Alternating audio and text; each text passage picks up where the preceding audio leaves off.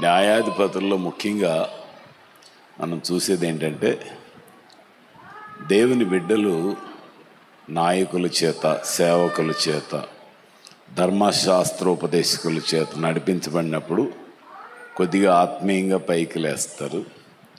ఆ నడిపింపు లేక హెచ్చరికలు లేనప్పుడు వాళ్ళు మరలా పడిపోతూ ఉంటారు.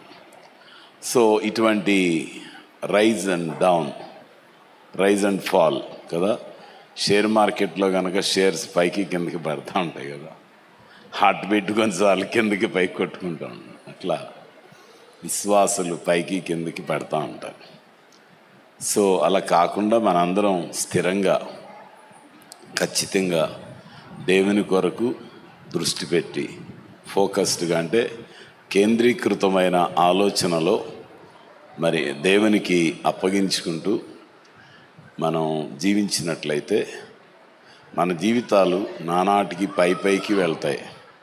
మీకు ఒక వాక్యం తెలుసు, అయితే గుర్తు చేస్తున్నాను. యెహోవా కొరకు ఎదురు చూసేవారు నూతన బలం పొందుతారు. వారు పక్షిరాజుల వలె రెక్కలు చాపి పైకి ఎగురుతూ ఉంటారు. So you will be always on the high tide. పైకి వెళ్తూనే ఉంటాం. దేవుని వైపు చూస్తే కింద పడటం ఉండదు.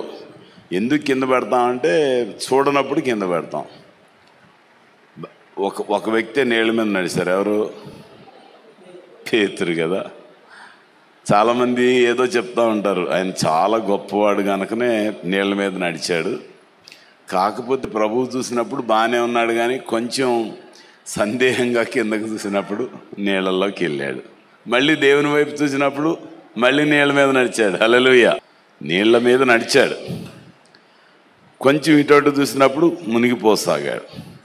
ప్రభువా సహాయం చేయమన్నప్పుడు దేవుడు మరలా ఆయన్ని ఎక్కడ నడిపించాడు? నీళ్ళ మీద నడిపించాడు. నీళ్ళ మీద నడిచి మళ్ళా బోట్లోకి వచ్చాడు. హల్లెలూయా.